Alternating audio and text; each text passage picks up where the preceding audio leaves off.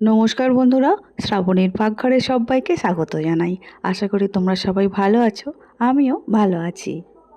আজকে দক্ষিণ ভারতের একটা রেসিপি আমি তোমাদের সঙ্গে শেয়ার করব, যেটা পোঙ্গল ভাত বা পোঙ্গল রাইস নাম। আর মাত্র 10 মিনিটেই তৈরি হয়ে যাবে এই পোঙ্গল রাইস। একরকম ওয়ান পট রাইস বলাও যেতে পারে।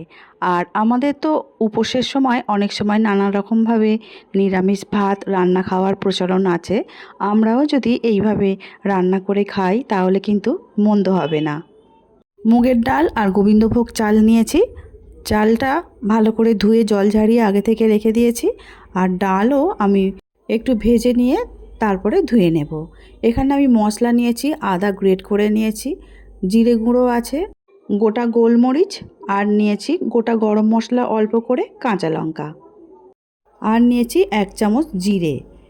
ডালগুলো খুব ভালো করে একসঙ্গে কড়াই দিয়ে একটু নাড়াচাড়া করে নেব। কালারটা চেঞ্জ হয়ে আসবে আর একটু সুন্দর গন্ধ হয়ে আসবে, ততক্ষণ পর্যন্ত ডালগুলো ভেজে নেব। তারপর একটু ভালো করে ধুয়ে নেব, ধুয়ে জল ঝরিয়ে রেখে দেব। এবারে আমি কুকার নিয়েছি, কুকারের মধ্যে ডাল দিয়ে দিলাম। আর যে আমি চাল ধুয়ে রেখে দিয়েছিলাম গোবিন্দভোগ চাল, সেই চালটা পুরোটাই এই ডালের মধ্যেই দিয়ে দেব। তোমরা তোমাদের পরিবারের লোক অনুযায়ী চাল কিংবা ডাল দুটোই নিতে পারো। আমি যেরকম নিয়েছি সেটা আমি দেখিয়ে দিলাম। এখানে আমি 2 কাপ ডাল নিয়েছি আর 4 কাপ নিয়েছি চাল। দিয়ে দিলাম প্রয়োজন অনুযায়ী নুন, যতটা নুন লাগবে এখানে। পরে না হয় আর একবার টেস্ট করে দেখে নেব, যদি নুন লাগে তাহলে আবারও একটু নুন দিয়ে দেব। এবারে এর মধ্যে দিয়ে দেব অল্প গোটা গরম মশলা, যেমন দারচিনি আর দিয়েছি এলাচ, এগুলো দিয়ে দিলাম 2টো কাঁচা লঙ্কা, একটু লাল লাল দেখে দিলাম, দেখতে ভালো হবে বলে। আর প্রয়োজন অনুযায়ী এখন শুধু চাল আর ডালটা সিদ্ধ করার মতো জলটা এখানে আমি দিয়ে দেব। ছোট কাপের 4 কাপ আমি চাল নিয়েছিলাম আর বড় কাপে 3 কাপ জল নিচ্ছি। এখন আমি এতটুকুই জল দিচ্ছি, যদি জল লাগে আবারও চেক করে নিয়ে জল বাড়িয়ে দেওয়া যেতে পারে। কারণ এটা পোলাও টাইপের তো হচ্ছে না যে ঝরঝরে বানাতে হবে, এটা ফেনা ভাত মতনই হবে। তাহলে এখানে যদি একটু জলের পরিমাণ বেশি হয়ে যায় তাহলে কোনো অসুবিধা নেই।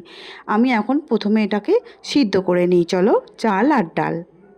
কুকারের মুখটা এঁটে দিলাম, দিয়ে 2 থেকে 3খানা সিটি দিতে হবে। তারপর ঢাকনাটা একটু বন্ধ করে রেখে কুকারটা একটু ঠান্ডা হওয়ার পর তারপরে খুলে দেখব যে কতটা সিদ্ধ হয়েছে বা কতটা বাকি আছে। কুকারের মধ্যে সব কিছু দিয়ে রেডি করার পরে গ্যাসের মধ্যে চড়িয়ে দিলাম। এবারে এটা হতে থাক। আমি আলাদা করে একটা মশলা বানাবো, সেই মশলাটা কড়ার মধ্যে চলো বানিয়ে ফেলি, কারণ এই মশলাটা দিয়েই আমি সম্বুরা দেব। রেসিপিটা সম্পূর্ণ ঘিয়ের ওপরেই হবে, আর ঘি দিয়ে করলেই ভালো লাগে। তোমরা যদি চাও এখানে সাদা তেল ব্যবহার করতে পারো, কিন্তু এই রেসিপিটা পুরোপুরি ঘিয়ের ওপরেই বানাতে হয়।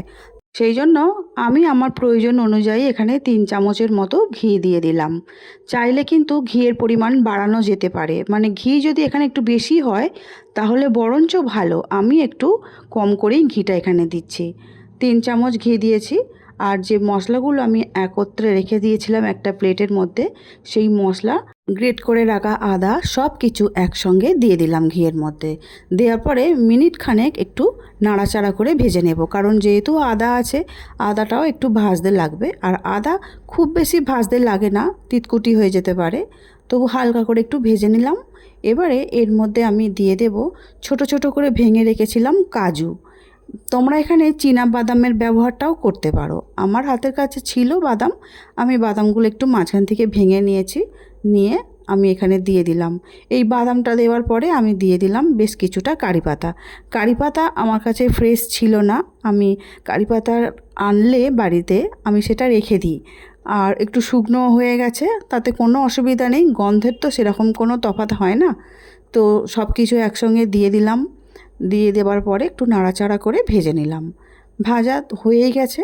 এই সময় দিয়ে দেব অল্প করে একটু হলুদ গুঁড়ো, ওই 1/2 চামচের মতো হলুদ গুঁড়োটা দেব। হলুদ গুঁড়োটা দিলে কালারটা একটু ভালো লাগে, সেই জন্যই দিচ্ছি। তোমরা এখানে হলুদ গুঁড়োটা যদি চাও নাও দিতে পারো। আবার একটু নাড়াচাড়া করে এর সঙ্গে মিশিয়ে নিচ্ছি। এবারে অল্প একটু জল দিয়ে জাস্ট একটু ফুটিয়ে নেব, মশলাগুলো একটু ভালোভাবে সিদ্ধ হয়ে যাবার মতো। যে সকল নতুন বন্ধুরা ইউটিউব চ্যানেল থেকে আমার ভিডিও দেখছো, যদি ভালো লেগে থাকে লাইক শেয়ার সাবস্ক্রাইব করে আমার চ্যানেলটির পাশে থেকে যাওয়ার অনুরোধ রইল। পাশে থাকা বেলটা অবশ্যই প্রেস করে দিও, তাতে যখনই কোনো রান্না ছাড়বো সবার আগে তোমাদের কাছেই পৌঁছে যাবে। আর ফেসবুক পেজ থেকে দেখছো বন্ধুরা, প্লিজ পেজটিকে ফলো করে দিও।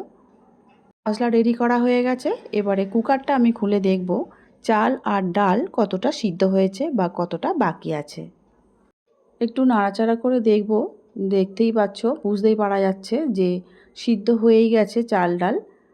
আর এবারে এর মধ্যে আমি দিয়ে দেব বেশ অনেকটা জল, কারণ এইভাবে টাইট টাইট এটা বানাবো না, একটু পাতলা রাখলে খেতে ভালো হবে।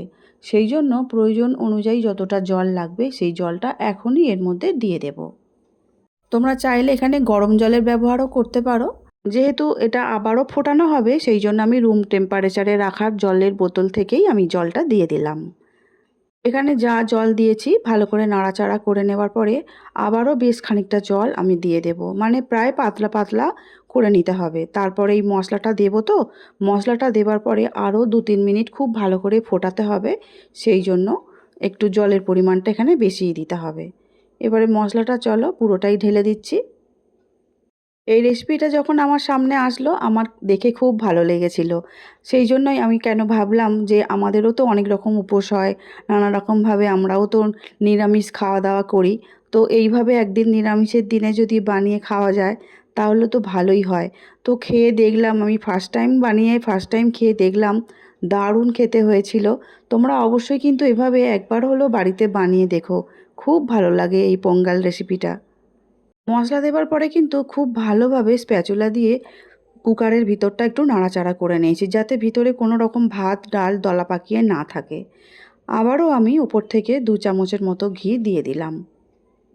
ঘি দিয়ে আবারও একটু ভালো করে নাড়াচাড়া করে নেব। তারপরে 3-4 মিনিট খুব ভালো করে গ্যাসের জোরটা মিডিয়াম করে দিয়ে একটু ফুটিয়ে নেব। লক্ষ্য রাখবে যেন নিচের দিকে লেগে না যায়। দক্ষিণ ভারতের এই পোঙ্গল রেসিপিটা তোমাদের কেমন লেগেছে, মানে আজকে আমি যে রেসিপিটা বানালাম এটা তোমাদের কেমন লেগেছে অবশ্যই কমেন্ট করে কিন্তু জানাবে।